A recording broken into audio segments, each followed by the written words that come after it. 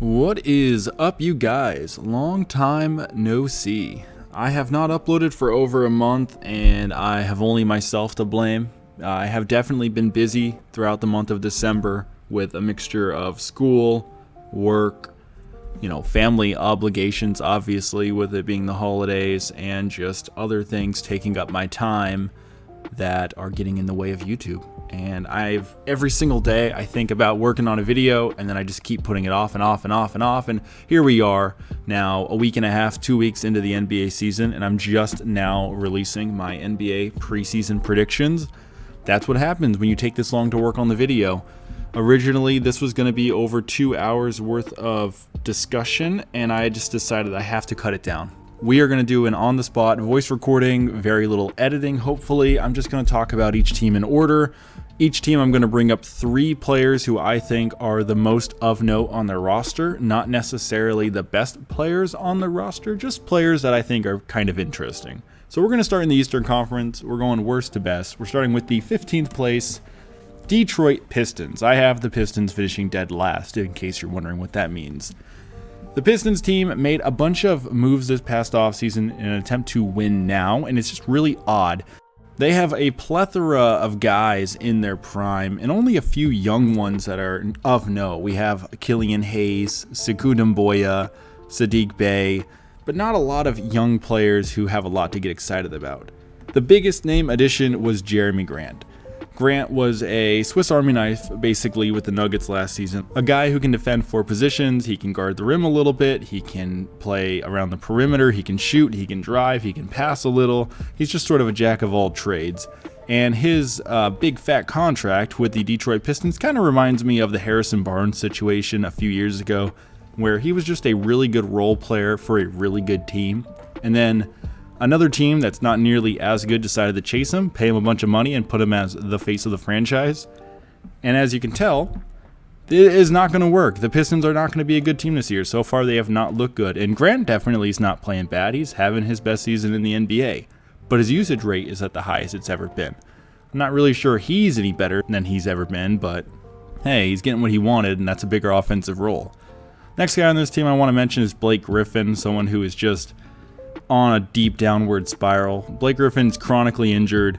He's soft. He doesn't attack the rim. He doesn't rebound. His defense is not as good as it once was, even though it never really was that good.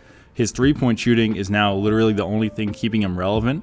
His passing is just not an impact. Blake Griffin has taken such a major step back, and he is paid so much money. Think about it. Jeremy Grant and Blake Griffin play the exact same position, and they're the 2 highest paid players on this team. That's a problem right there.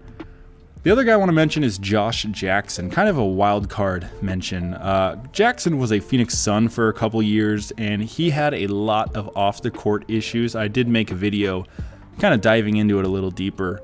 He got in a lot of trouble both with the team and in the eyes of the law. He ended up going to the Grizzlies last year and barely playing. And it's because of the eyes of the law issue. Jackson is a good player, and he has been improving every season, but he just cannot stay with a franchise. Right now, through 6 games, he's having his best run ever. 15 points a game, 49% shooting from the field. If he can keep that up, then that's awesome, and he'll prove he can be an NBA player. You just got to hope he doesn't do something stupid off the court to ruin that for him. So all in all, Detroit Pistons, worst team in the Eastern Conference. All right, we go to the 14th place team. They have kind of surprised everyone up to this point, playing pretty well.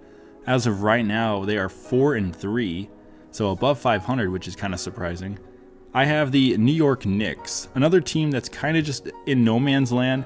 They definitely have a lot more young pieces of note, but they also went out and bought a few more expensive, older veteran guys, which is just odd. Austin Rivers, Alec Burks, what's the point of that? Nerlens Noel again, what's the point of that? You don't need that. You guys need to rebuild, or you need veterans to help the young guys, not just this weird let's try to win thing when you don't have a roster that's going to win. However, Julius Randle would have something to say about that. He is having his best run ever in the NBA. And I have been meaning to say this now for a month. I have thought Julius Randle was going to have a good year for a while. A lot of people completely forgot about the guy last season because he didn't really have the most efficient year. The Knicks were bad. People just sort of cast Julius Randle's 19-9 right aside and said it doesn't matter, his garbage numbers. Yet the team is now 4-3. Very, very small sample size. He's putting up 22 and 11 with 7 assists, mind you, which is a career high. And everyone's talking about Julius Randle again. Randle is still Julius Randle. He is a really good player. Obi Toppin's going to have a hard time getting on the court, let's just say that. The next guy I want to talk about is RJ Barrett. This was someone who is entering a season that's not truly a make or break year, but it could make the next season a make or break year if this year doesn't get much better. You know, his rookie year, his shooting efficiencies were just barely good enough to not be bad. They certainly were not good. This year, 7 games in, he's not shooting any better. He needs to become a more efficient scorer if he wants to be a starter in the NBA, especially as a number 2 overall pick. There is a lot of pressure that comes with that. 23% from deep on 5 attempts a game is not cutting it. He definitely has looked better this year overall. He's attacking the rim aggressively. He's actually creating for others at a better rate, and he's rebounding, which doesn't really matter that much, but hey, he's rebounding. He's on the rise. I just hope he can, level out his efficiencies to a more respectable number. And the last guy I want to talk about is Mitchell Robinson. He kind of got overlooked last season because the Knicks were stupid and signed like 6 power forwards and they felt obligated to play him. Mitchell Robinson is a really good center, and he's finally getting to be the center of this team. I'm a little disappointed by his production. So far, he's only putting up, he's playing 27 minutes a game. He's only getting 6 shots a game. If he can pick that up to like 8 shots a game, he could average 12 a night. 8 rebounds, 2 blocks, like that's pretty stinking impactful for a 22-year-old, but as of right now, I think he's just being a little underused. New York Knicks, not a good team. Finishing 13th in the Eastern Conference, I have the Cleveland Cavaliers, who have really impressed me so far, and now I kind of feel stupid putting them so low, but just to prove to you guys how honest I am putting these rankings before you today exactly how they were the day after the Russell Westbrook trade, I suppose, because I guess that's the most up-to-date change I made. So, what's going on with Cleveland this year? Not a lot of people were expecting very much. They kind of have a blend of promising young players as well as a couple older guys who don't really seem to fit their timeline. Yet, they've played pretty well. Just like the Knicks, they are 4-3, led by some very surprising play. First up, Colin Sexton. Last season, Colin Sexton had a great year. A lot of people tried to ignore his on-court success because of the fact that the Cavaliers were not very good. I actually recall some people who I genuinely respect talking about Sexton, saying he's just a garbage time scorer and he's not efficient, and I'm dumbfounded. His rookie year he shot 40% from 3. Last year he shot 38% from 3, putting up 20 a game with a 47% field goal shot. Right now he's putting up 25 a game, 55% from the field, 54% from 3. That's not garbage. He is putting up great numbers on a great efficiency at a very young age, and I wish people would give him more credit, but that kind of comes with playing basketball in Ohio. No one cares, even in Ohio. I live in Ohio, and 50% of the state does not care about the Cleveland Cavaliers. It's like considered a whole separate country, essentially, and I don't know why it's such a divided state, but that's just how it is here. Got a little off topic there. Darius Garland. What's going on with Darius Garland? Well, last season he played okay. I'll admit, he played 12 points a game, 35% deep shot, but he really wasn't efficient overall. This season, he has completely broken out and looked like a great player. He is a year younger than Sexton. He's putting up 17 a night, 6 assists. He's actually become the better of the two as a point guard. And his overall shooting 45% from the field. That's good, but not great. 46% from 3. That is great. Also, I think I said they were 4-3. Are they 4-3? Yep, they are 4-3. He's just only played in 6 games for whatever reason. Yeah, I like Darius Garland. I think he's going to improve a lot this season. And lastly, the only other wild card I want to mention is Larry Nance Jr., kind of a guy who is easily forgettable going into the year. Kind of an overpaid backup power forward who really plays like a traditional power forward, but last season did add a 3-point shot to his repertoire and actually was decent at it. This year, he's looked really stinking good. He's passing a lot better than he's ever passed. His on-the-ground defense is better than it's ever been. He's actually guarding the rim at a better rate than he's ever guarded it before. I like Larry Nance. Without Kevin Love in the roster, Nance is going to be an impactful role player. Cavs are not going to make the playoffs, but they're not that bad. Alrighty, finishing 12th in the Eastern Conference, I'm going with the Chicago Bulls. This is a team that I have been tricked by both of the past 2 years in my preseason predictions, and it's just not going to happen anymore. I'm sorry, Bulls. You do not have my faith. You are not a good team. And this draft, you did something very questionable, and I don't understand. You know, people who own NBA teams are billionaires for the most part. They are very good at making decisions. They buy low, they sell high, and yet for some reason, it just is not translating to their franchises. I don't understand the moves the Chicago Bulls are making. Let's just start with the beginning. This draft, Patrick Williams was their number 4 overall pick. He is a power forward. I see here that on Basketball Reference, he's listed as a small forward, but he does not play like a small forward. He can catch and shoot threes. He does not put the ball on the ground very well, though. He can't create for others, is what I'm trying to say. Through 7 games, he's putting up 9 points a game. Like, that's fine, cool, he's starting, whatever, I don't really care. I don't understand why they drafted a replacement to Lauri Markkanen. Markkanen a couple of years ago was looking like a next star. He was putting up 18 points and 9 rebounds for people who call him soft. He was averaging 9 rebounds a game at 21 years of age with a 36% three-point shot, which isn't good, but that's league average. Like, that's nothing to shake a stick at. That's perfectly fine. Then last season, they just decided they didn't want Lauri Markkanen anymore, but they also weren't going to let anyone else have him. They reduced his role and just watched his value plummet, and I really don't understand why.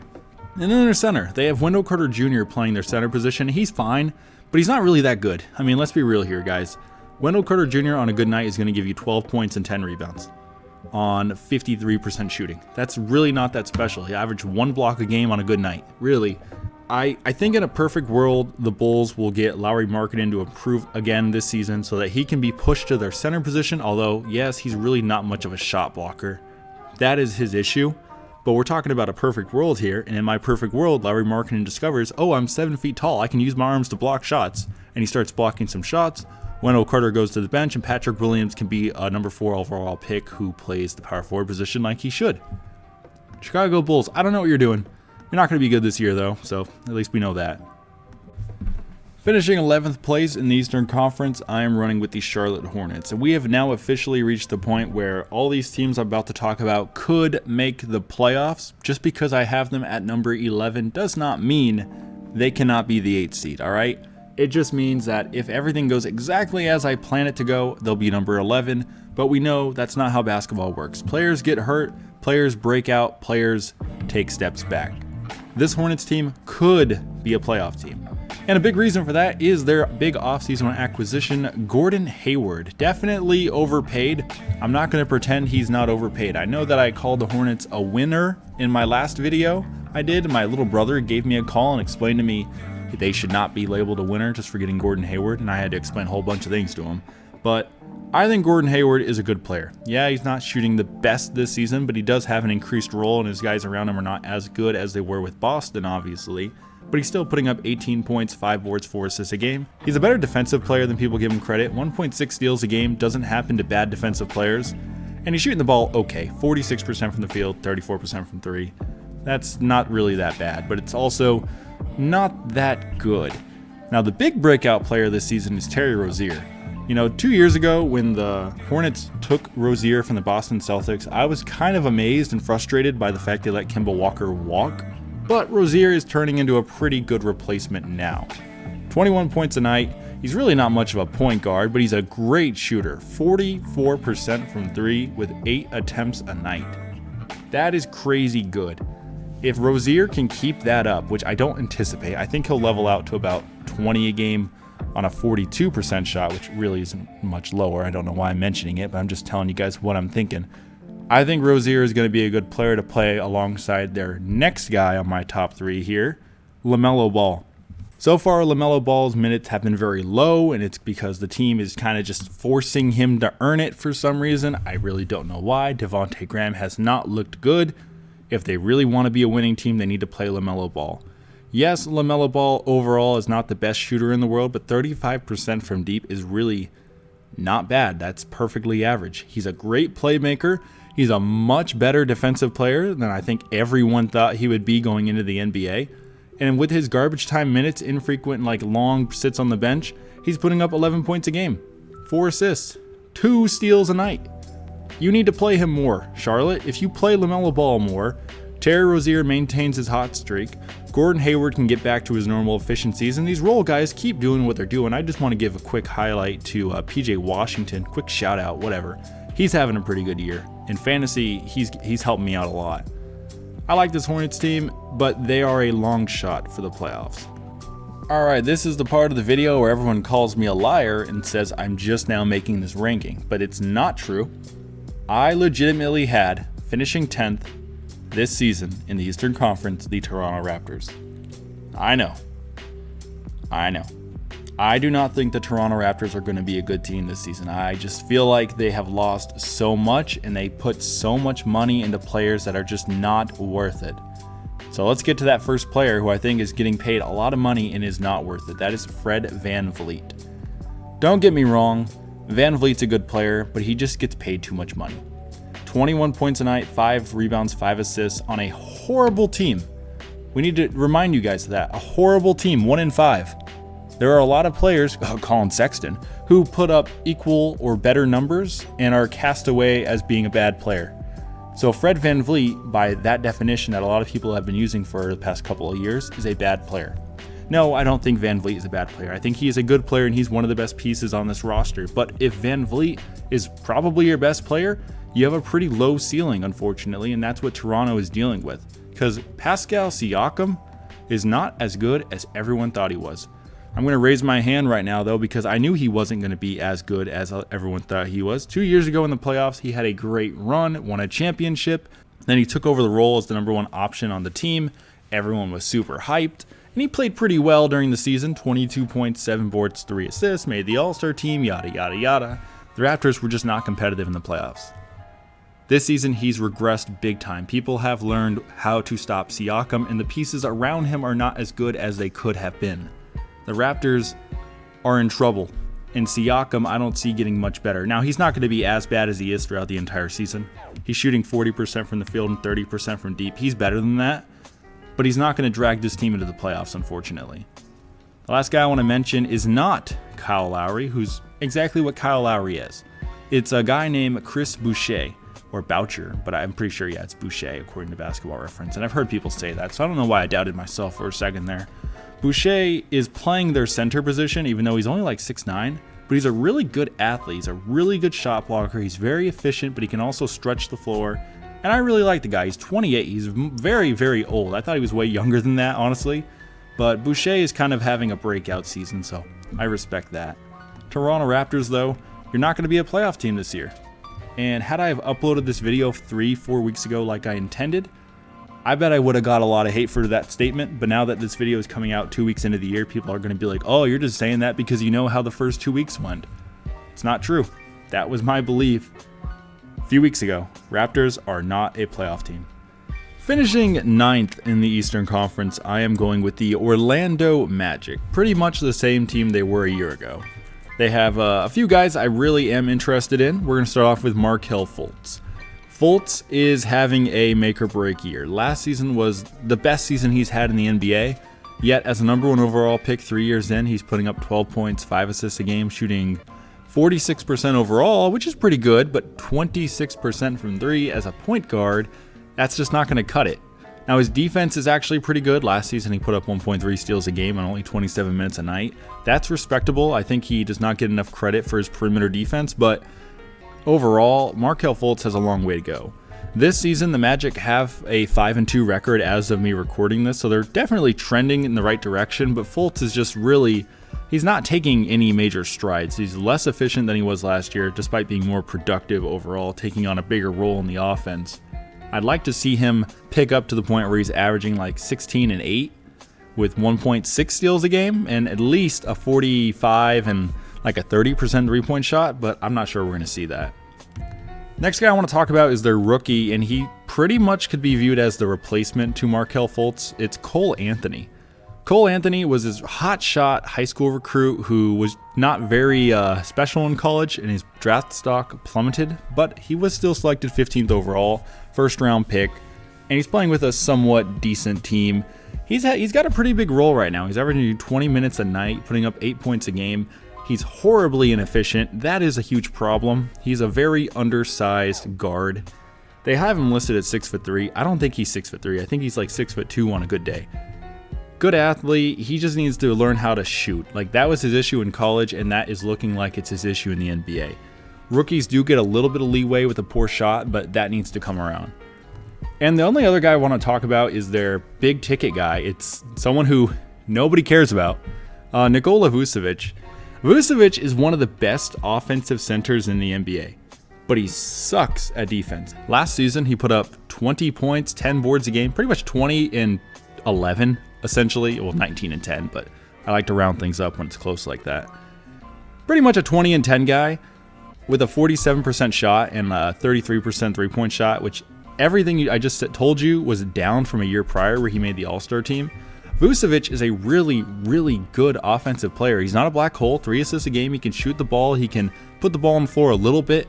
But by God, he sucks at defense. He is probably the worst defensive center in the NBA. Last season, on 32 minutes a night, he only averaged 0.8 blocks a game. This season, it's down to 0.6. Even with the team's success being up as high as it is, he's still not a defensive impact. His offense is better than ever right now. A 47% three-point shot will come back down to earth, but if he can keep that at like 40% or higher, that'd be awesome. That could be what puts the Magic in the playoffs, but all in all, I don't think they're going to be a playoff team, especially without Jonathan Isaac this season. All right, taking the Magic spot in the playoff, finishing 8th this year, will be the Washington Wizards. The Wizards kind of surprised me with their competitive moves they made this offseason. They acquired a Hall of Fame All-Star talent, re-signed one of their best players, and even landed a couple extra useful free agents. So I'm looking forward to see what they can do. Oh, and their draft pick, Denny Avdia, was a pretty pleasant surprise as well. So first guy I want to talk about is obviously the new addition, Russell Westbrook. He's getting a lot of YouTube videos right now. People are just trying to figure out exactly how good Russell Westbrook is. Is 22 points, 11 rebounds, 10 assists a game from 2 years ago, like, what does that mean? A few years ago when he was the MVP, 31, 10 and 10. Are these triple doubles, like, what's the value in them? Last season with the Rockets, he was much less of a all-around player than he was with the Thunder, but the Rockets were still a good team, and he was playing really well before the NBA hiatus began, but in the bubble, he got kind of exposed. The big issue, as it always has been, is that Russell Westbrook cannot shoot threes, and forever that's going to be an issue. He can pass the ball really well, he's super aggressive, which is why he's actually an above-average defender and a good rebounder. But overall, he's just not someone who can space the floor, and he makes a lot of bad decisions. Stat chasing is a term that's tossed around a lot, and Russell Westbrook is the best example of that. He will go out of his way to get any stat that he's missing at the end of a game, and sometimes that just screws up the whole rhythm of the team. If he can play with the Wizards a little better, I think they're going to be all right. As of right now, they're 2-5, so I don't know. Maybe this is going to be a bad prediction, but I feel like, last season as the 9th seed, this year they gained Russell Westbrook. Like, that should put them in the playoffs. Like, that doesn't sound too crazy, does it? The other guy is Bradley Beal. Wow. 30.6 assists a game last year, did not make the All-Star team. I think I remember doing the research into that. Only like a couple dozen or so guys have averaged 30 points per game in an NBA season, playing at least, 57 games. And every single one made the All-Star team except Bradley Beal. It's absolutely crazy. What's going to put him in the All-Star? Well, they're not having an All-Star game, but what's going to put him in the All-Star recognition is if the team is a playoff team. Through 7 games, he's putting up 30 a night. We know he can do that. He's still averaging close to 5 assists a game as the off-ball player. He's rebounding right now better than he's ever rebounded. And he's not even shooting the ball well right now. 45% overall is good. He's attacking the rim at a very high rate, but 28% from 3, that is going to go up. And that's going to push him to even greater heights. And the Wizards, I think they're going to be all right. Looking at Westbrook got me all worried, but now looking at Beal, there's more reason to be optimistic. The third guy I want to talk about is Rui Hachimura. He is an interesting player. I was really excited when he came into the league from Gonzaga. I remember when he was a freshman in college. He was one of those guys in college that I was kind of interested in because, let's just be real here, he's a black Japanese guy. Like, that doesn't come by very often, so I was just kind of intrigued by him. And he turned into a really good basketball player at Gonzaga, and he became, was he a lottery pick? Yeah, he was a lottery pick. Last season, let's be real, he's kind of a power forward who plays the old school power forward way, but he is turning into an all-around player. His three-point shot has come around this year. He can rebound. He hasn't really rebounded much, but he can rebound. He moves the ball pretty well. His perimeter defense is improving. I'm looking forward to see what Rui Hachimura can do this season. He kind of had a late start due to like an eye infection, I believe it was, but that seems to have gotten better, and he's definitely going to help the team. Washington Wizards, though, 8th seed, probably not going to do a whole lot in the playoffs, but I'm not going to try to predict the playoffs right now. I hate when people try to predict the playoffs before the season even starts. You just sound stupid at that point. Right now, we're just predicting power rankings. All right, finishing 7th place in the Eastern Conference, I am running with the Indiana Pacers. This is a team that has gotten off to a really good start. As of right now, they are 5-2. So maybe I'm going to look stupid at the end of the year, but just knowing the Pacers' way of doing things, I don't think they're going to be a top 4 team at least. I think they're going to be at best like number 5. And the big reason for that is they're just not very deep. The Pacers have 3 guys who could be all-stars, and then they have a bunch of guys who can barely play noteworthy minutes on any team, yet they have to play 20-plus minutes a night on this team. The biggest question mark of the whole team right now is Victor Oladipo. Coming into the year, he was quite the basket case. One day he wanted to be traded. The next day he wanted to be a Pacer for life. It was just kind of confusing, all the mixed messages he was sending. It did not help that last season he sucked. 2 years ago, he didn't look that good. 3 years ago, yeah, that was his all-star form, but he had one all-star year 3 years ago. He's been in the league for 1, 2, 3, 4, 5, 6, 7, going on 8 years, and he's only had one true all-star year. Exactly how good is Victor Oladipo? He's 28 years old. It's not likely that he's going to return to all-star form or get any better. Now, his three-point shot as of right now has been crazy hot. That's probably not sustainable, but hey, as of right now, he's putting up 20 a game. 5 and 4, those are also close to career highs. He can guard the perimeter okay. He's not nearly the defensive impact he used to be, but he's still okay. If Oladipo can stay on the floor and his shot can stay consistent, the Pacers are going to be a good playoff team. That's what I have to say about Oladipo. Now, the next guys are a little combo pack here. The 2 players who are fighting for the center nod. One of them was basically crowned the future center like 4 years ago, and he just has not really earned it ever since. Like, he peaked in his second year in the NBA, unfortunately, and that's Miles Turner. Turner's biggest strength is the fact that he is one of the best rim protectors in the NBA. He's averaged more than 2 blocks a game these past couple of years. Right now, he's averaging 3.6 blocks a game. That is crazy good.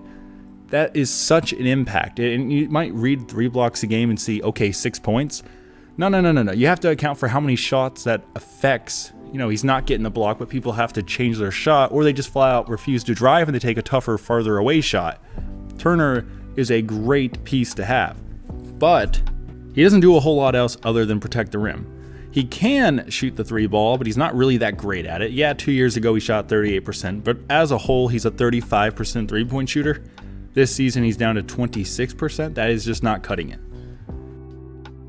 Domantas Sabonis, on the other hand, is the guy I think they should be running with. He definitely is not the defensive monster that Turner is. That is 100% true.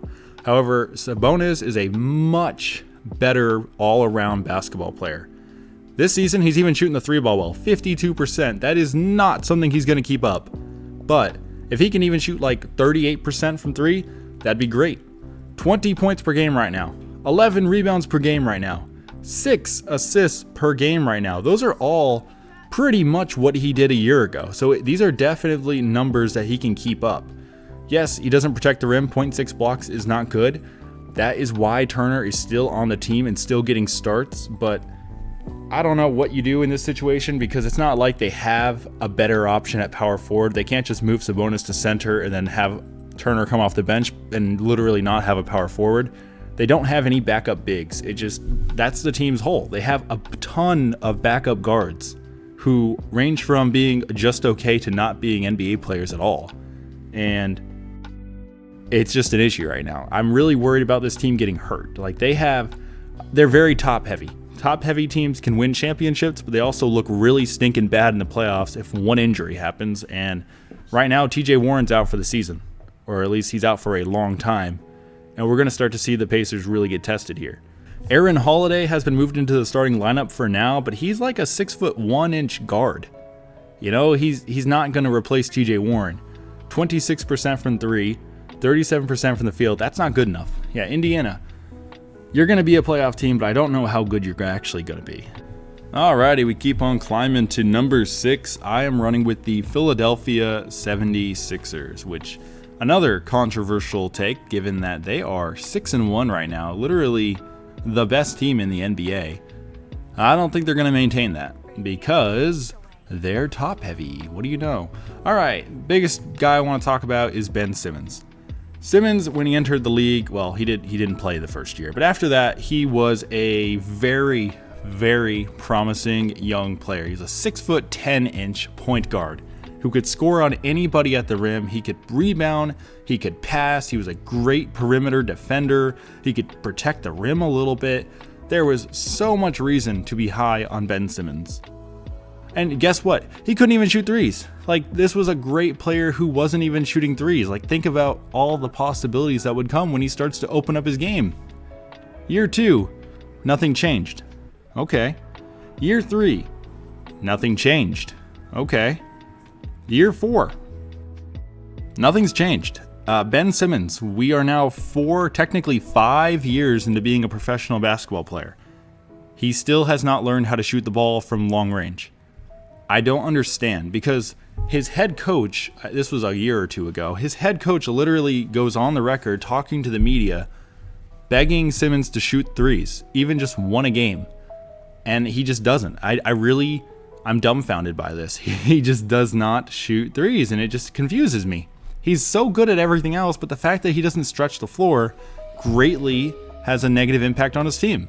Yes, the team made moves this past offseason to help with that. Danny Green and Seth Curry are going to help space the floor, and so far they have, but Ben Simmons needs to contribute in that way, and for some reason he's not. And as you can see, his limit seems to be 16, 8, and 8, which is really stinking good. He's a great defensive player, but a lot of people thought he was a top 10 talent in the NBA after his rookie year, and obviously that just hasn't happened. He's maybe a top 20, but that's kind of being generous. Now we go to the big man, Joel Embiid. I really thought Joel Embiid was going to get traded this offseason. He had such a big regression from 2019. In 2019, he was a 27 and 13 per game guy on almost 2 blocks a night. Then last year, he put up 23 and 11 with only 1.3 blocks a night. That was a major step back. And a big factor was the fact that the 76ers don't have floor spacers. This season, he's really not back to 2019 form. 23 points a game is good, but it's exactly what he did last year when people considered him bad. 12 rebounds is barely better than what he did a year ago. He's protecting the rim somewhat, but very small sample size, you have to throw that out there, and he's just still not shooting 3 balls well. He's never really done that. This season, he's not doing a whole lot different than what he did a year ago. He's blocking shots at a slightly higher rate, and he's scoring around the rim a little better, but all in all, he's pretty much the same player. Now, the guy who has improved is Tobias Harris. He's actually having a decent season. He's looking more effective than he's ever looked. Now, he's shooting the ball incredibly efficiently, although overall, he's really not shooting as much as he was last year. 52% from the field, that's great. 47% from 3 is even better. If Tobias Harris can be this big-time scorer who also rebounds a lot better than I think people give him credit for, he'll play like a Chris Middleton role plus rebounding. Like, that's pretty impactful, and that can help a team go a long way. All in all, I think the Sixers' 6-1 start is a little bit of a, I don't know, is it smoke and mirrors? That's kind of mean, but I don't think they're as good as their record tells you. I think they will come back down to earth, and there's a reason I have them as a 6 seed this year. Okay, finishing 5th this season will be the Miami Heat, the darlings of the NBA last season. They had a phenomenal run in the postseason, got all the way to the finals, and almost won it all. I 100%, if Goran Dragic had not gotten hurt, I think the Miami Heat would be NBA champions right now. This season, though, is not going to be as nice for a variety of reasons. Firstly, Tyler Hero. I want to talk about Tyler Hero. He is an extremely popular hot topic in the basketball realm right now because he played really well in the postseason, and he's really stinking young. He's 21 years old this season. What's kind of questionable that the Heat have been doing so far is they've moved Hero into the point guard slot, which just really surprised me and a lot of people because Goran Dragic played amazingly last year in the postseason. You know, he looked like a 20-5 All-Star. He did literally almost the exact same thing that Jimmy Butler did. But he got moved back to the six-man spot, and they've just, upgraded Tyler Hero. So far, all he's doing is making himself look bad and lowering the likelihood of him getting traded for James Harden.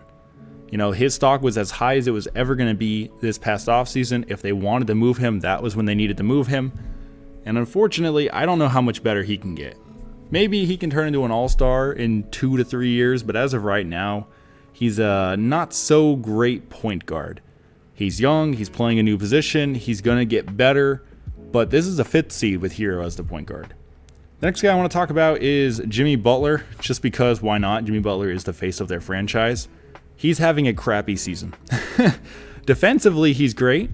Off ball, he's doing a lot of things right. He passes pretty well, but my goodness, he cannot score. Through 4 games, he's yet to hit a 3. He's never really been that good of a three-point shooter, so that's not too shocking, but 0 through 4 games, 37% overall, that needs to go up. I understand, he's tired, okay. You did take 4 months off before the bubble, though, so it's not like that, they played a 10-month season. The season just kind of went on a long time calendar-wise. There was a long layoff in there where these guys got rest. So just saying, it's too quick of a turnaround, I really disagree. Playoff basketball is more intense than regular season basketball, but these guys are pros. They know how to recover. They have all the best everything to get their body right. I'm not giving Jimmy Butler any slack for that. He needs to play better than he's playing right now.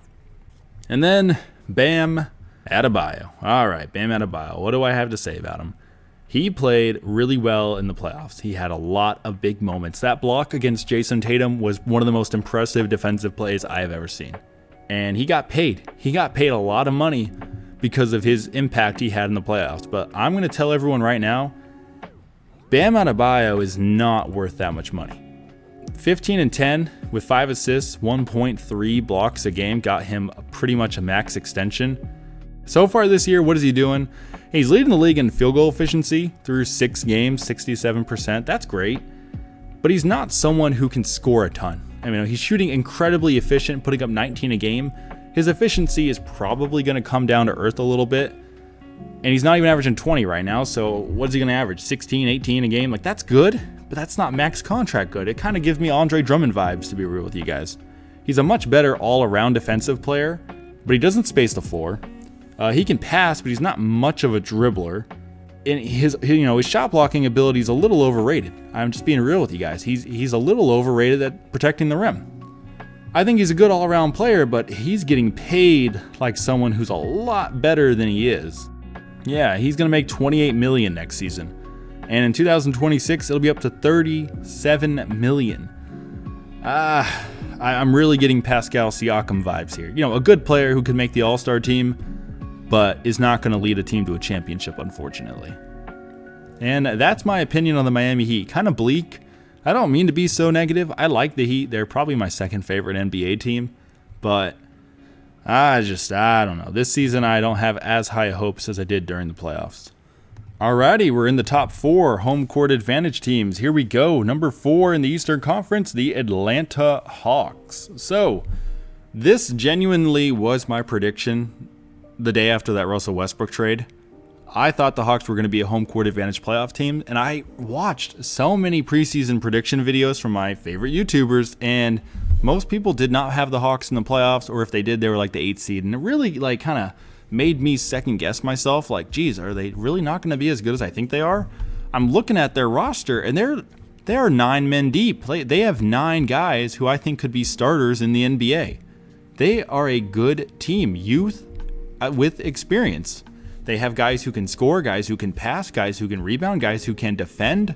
I love everything about. Actually, I said 9 men deep. They're 10 men deep. Let me change that. They have a lot of things going for them. Hard to narrow this team down to 3 guys. We got to start with the face of the franchise, Trae Young. A lot of people were saying he was a garbage stat producer. He was someone who had to score points because the team was bad and someone had to score points. And I hate that. I hate when people say that. It's just evidence you don't watch basketball. You just count rings like everyone on TV. Oh, MJ has this many rings, thus no one can compete. Bill Russell has this many rings, thus no one can compete. It's just a stupid point of a conversation. This season, he's putting up 28 points, 9 assists a game, pretty much exactly what he did a year ago, and the team is 4-3. Like, that's pretty good. He is going to keep that up. He's going to shoot better from 3, by the way, 33% from 3. He is better than that, and that it will continue to rise. His defense is not great. It's not even good. I like Trae Young. I think this is going to be a good year for him and the Hawks. Next I want to talk about is John Collins. Oh my goodness, the amount of hate John Collins gets from the internet. Ugh. It's just like, people, you don't watch Hawks games. Like, people say he's a horrible defender. I don't understand a lot of the arguments, because he's okay, defender. That is the biggest thing. And he averaged 1.6 blocks a game last year, so I don't get it. All the other arguments don't make any sense. Like, oh, he can't space the floor. He shot 40% from 3 last year on 3 attempts a game. Oh, he can't rebound. 10 rebounds a game. Oh, he's not much of a second scorer. He averaged 21 a game last year. Like, John Collins is a great young player. He was a steal, by the way. He was a late first-round pick. Like, this is a guy who's going to produce a ton. They're being hesitant to give him a big fat extension, and I kind of get it. I kind of don't get it. He's a great player. He's literally the best value in the NBA. He's only making $4 million. Last year he was making like $3 or $2 million. Like, he produces so much better than his contract. This is a guy who's going to help them be a playoff team, and everyone's going to feel stupid when they see him going into the second round at least. Then we go to DeAndre Hunter. This is someone who I have never talked about on this channel, because, you know, he was just kind of he's a number 4 overall pick. He kind of was useful his rookie year, but didn't really do a whole lot. Well, right now he's putting up 15 and 6 with 2 assists a game, shooting the ball lights out. If Hunter can be an efficient scorer while being just an okay all-around player at only 23 years of age, that's very promising. I look forward to seeing what he can do long-term in the NBA. And I just want to run through the rest of these guys so you realize just how deep this team is. Danilo Gallinari is someone who can average 20 a game. He's coming off the bench. Bogdanovic, he's someone who can put up 15, 4, and 5, coming off the bench. Clint Capella, 16 and 10 with 2 blocks. He's a proven center on a winning team. He is like their 5th option. Tony Snell is on this team. I didn't know that. Rajon Rondo. Rondo is a jack of all trades. Like, he can rebound, pass, play defense. He's a great coach. He's a great teammate. Everyone who plays with him loves him. He just gets hurt a lot. Onyeka Okongwu, I'm looking forward to seeing what he can do. Chris Dunn, a great defensive player. Cam Reddish does a lot of the same things that DeAndre Hunter does, just not quite as good. Kevin Huerter is incredibly underrated. This is a guy who can pass, he can score, he can shoot, create. He can do a lot of things that people really don't acknowledge. How many guys is that? That's a lot of guys. I like this Hawks team. They're going to be good. Finishing 3rd in the Eastern Conference, I am going with the Boston Celtics. This is a team that is constantly called young, even though they're really not that young. Most of their rotation these past couple of years have not been young, but they have 2 guys who are young, and everyone likes to point out. Jason Tatum. Tatum is currently the face of the franchise. Last season, he made his first All-Star team. He can shoot the ball, he can create, he can attack the rim, he can play decent defense. Tatum is beloved amongst NBA fans. This is a year, though, where it's going to kind of like, he has to prove something. You know, he's been deep in the playoffs several times, and eventually it's not going to be cute. You know, eventually people are going to start questioning why he can't win at all. This is a year, I know he's only 22 years old, but he's been in the league 4 years, and he's been producing in the playoffs, going to be year number 4. He needs to win more. And I'm just not so sure the Celtics are a championship team as of right now. But like I said earlier, we're not predicting championships right now. We're predicting in-season results, and they're going to be good. And that's what's going to put them in position for a good run in the playoffs. I like Jason Tatum. I think he's going to play better this year than he played last season. And through 8 games, he is doing just that. Now, kind of the surprising explosion is Jaylen Brown. Jaylen Brown has been outplaying Jason Tatum so far. Through 8 games, he's putting up 26 a night, 4 rebounds, 3 assists, 1.6 steals, 57% overall field goal, 42% from 3. Like, that's a little unobtainable, those stats. I think his efficiencies are going to drop down, which in turn is going to lower his points per game. But if Jaylen Brown can be a pretty efficient 24 a night guy, along with Jason Tatum's like 26 a game, that's crazy good. Like, that's the reason this team is considered young. Those two are 24 and 23, or 24 and 22 even. Yeah, I'm really looking forward to seeing what these two can do this season. The other guy I want to mention is this wild card player who I remember. I watched him in college. I do not watch a lot of college basketball. I'm talking about it like I do, but I promise you I don't. But I remember seeing Peyton Pritchard in college and thinking, I feel like that guy's going to be an NBA player. But I also feel like he's not going to be a well-respected NBA player. He's a 6'2" white guy who was a 4-year guy in college. They typically get overlooked come draft night. But for some reason, he didn't. He was drafted 26th overall. That's pretty respectable. And he has earned a spot in the rotation. 8 points per game. He is shooting crazy well. He can lead an offense. He's a much better defensive player than everyone thinks he is. Per 36, so let's give him starter minutes. He's averaging 2 steals a night. Like, that's great. If Peyton Pritchard can be your backup point guard, I'm looking at this roster right now. Kemba Walker's out. They just added Jeff Teague, who's been a non-factor so far. He hasn't really done too much. I like this team. I really like this team. They're going to be good. Alrighty, finishing number 2 and in a very surprising position because I thought this season was going to be very different, is the Milwaukee Bucks. This is a team that I thought was going to be playing for their lives this year. You know, Giannis Antetokounmpo, is he going to stay? Is he going to go? Nobody knows. Well, he signed a super extension and he's on the team for good now, pretty much through 2026. He is going to be paid a lot of money. Giannis is the best player in the world. He can get to the rim on anyone. You know, he'll get by anyone. He'll dunk on anyone. He can rebound with the best centers. He can pass with good point guards. He can guard the perimeter as good as anybody. And he's an above average rim protector. He only averaged 30 minutes a game last year. That is so low. And yet he was the MVP. Like, that just tells you how good he is. 29, 13, and 5 on only 30 minutes a game. Oh my God. If you put that in per 36, and usually MVPs play more minutes. So let's say he played the amount of minutes that a normal MVP plays. That's 34, 16, and 6. And you know what the big thing is that Giannis does that Ben Simmons for some reason has just ignored is the fact that he shoots threes. Giannis is not a good three-point shooter. He's never been a good three-point shooter minus his rookie year. For some reason, he was fine then. But the fact that he attempts literally 5 a game, defenses are forced to guard him. It's not just like he's not going to shoot him like Ben Simmons. You can stand in the stinking foul line. No, you have to get out there on Giannis. But if you're out there on Giannis, you're done. He's going to go by you. I think you're helping and he can pass, or you're helping and he's just going to dunk on both of you. And that's why Giannis is incredibly fun to watch.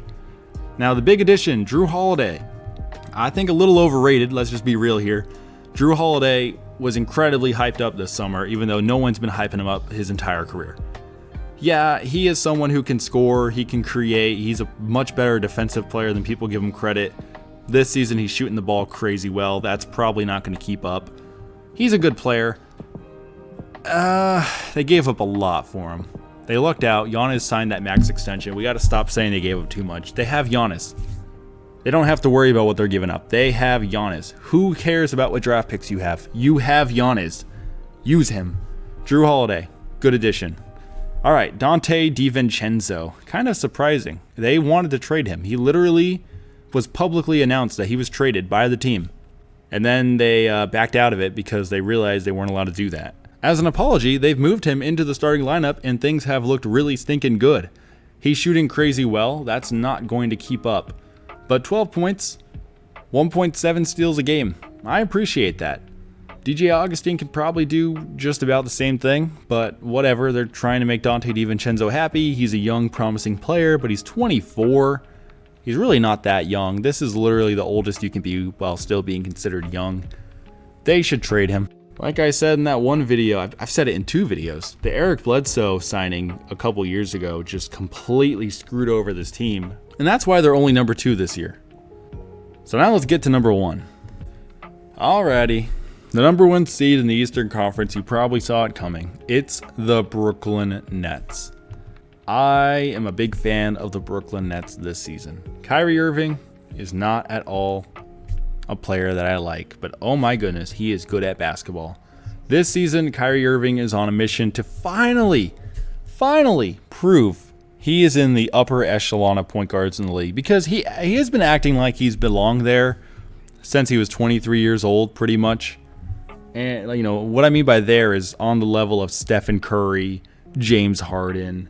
It's pretty exclusive. I'd say really just those two. Kyrie Irving thinks he's there, and he's not. He won one championship. That's awesome, but it was LeBron James's team. And Kyrie Irving, more than anyone, believes that. Kyrie Irving has been on a mission to win a championship as it being his team. And this season, honestly, it's not his team, but you know he's going to tell himself he is. He's a great player. If he can stay on the floor, he's going to do great things. My issue is over the past 3 years, he's played 60, 67, and 20 games. That's not good. He's not a good locker room guy. He says a lot of stupid things. He makes people mad. But when the team is winning, he says less stupid things. And this Nets team is going to do a lot of winning. And a big reason for that is Kevin Durant. You guys, Kevin Durant is back, and he looks better than, well, I was going to say ever, but 2014, Kevin Durant was really stinking good. He's looking really good. 28 points a game. He's shooting the ball crazy well. He's rebounding. He's passing. He's doing everything he used to do, and I love it. I'm so happy that Kevin Durant is a productive player in the NBA in 2021. And the last guy I want to talk about is a little trifecta of guys. And I don't usually hype up personnel, but here we are. Head coach Steve Nash, Hall of Famer, my favorite player of all time. Great decision by former son Sean Marks, former teammate of Steve Nash. I bet you guys didn't know that. Assistant coach Mike D'Antoni, one of the best offensive coaches in NBA history. He was the coach of Steve Nash and Sean Marks. And let's keep it going. Another assistant coach, we have Amari Stoudemire, teammate of Steve Nash and Sean Marks, and former player of Mike D'Antoni. Amari Stoudemire is going to be a Hall of Famer. I made a video on it a long time ago. It's not a good video. Maybe I'll remake it at some point. Amari Stoudemire is a Hall of Famer. Steve Nash is a Hall of Famer. Mike D'Antoni could be a Hall of Famer. Sean Marks really wasn't that special of a player, but he's looking like a Hall of Famer GM. I like this Brooklyn Nets team. They are my number one seed in the Eastern Conference. So there you guys go. My 2021 NBA Eastern Conference preseason predictions, and just ignore the fact that this video is coming out in January. Pretend I got it out in November. That would make me really happy if you guys just pretend with me. I have been working on this video for so long, and every possible thing has gotten in the way. But just know, I have not forgotten about YouTube. I love making YouTube videos. I love reading comments. Please let me know down below your thoughts on this video. The Western Conference predictions will be coming soon. It might take a week or two, but it is coming soon. Comment, like, subscribe, and I will see you guys next time.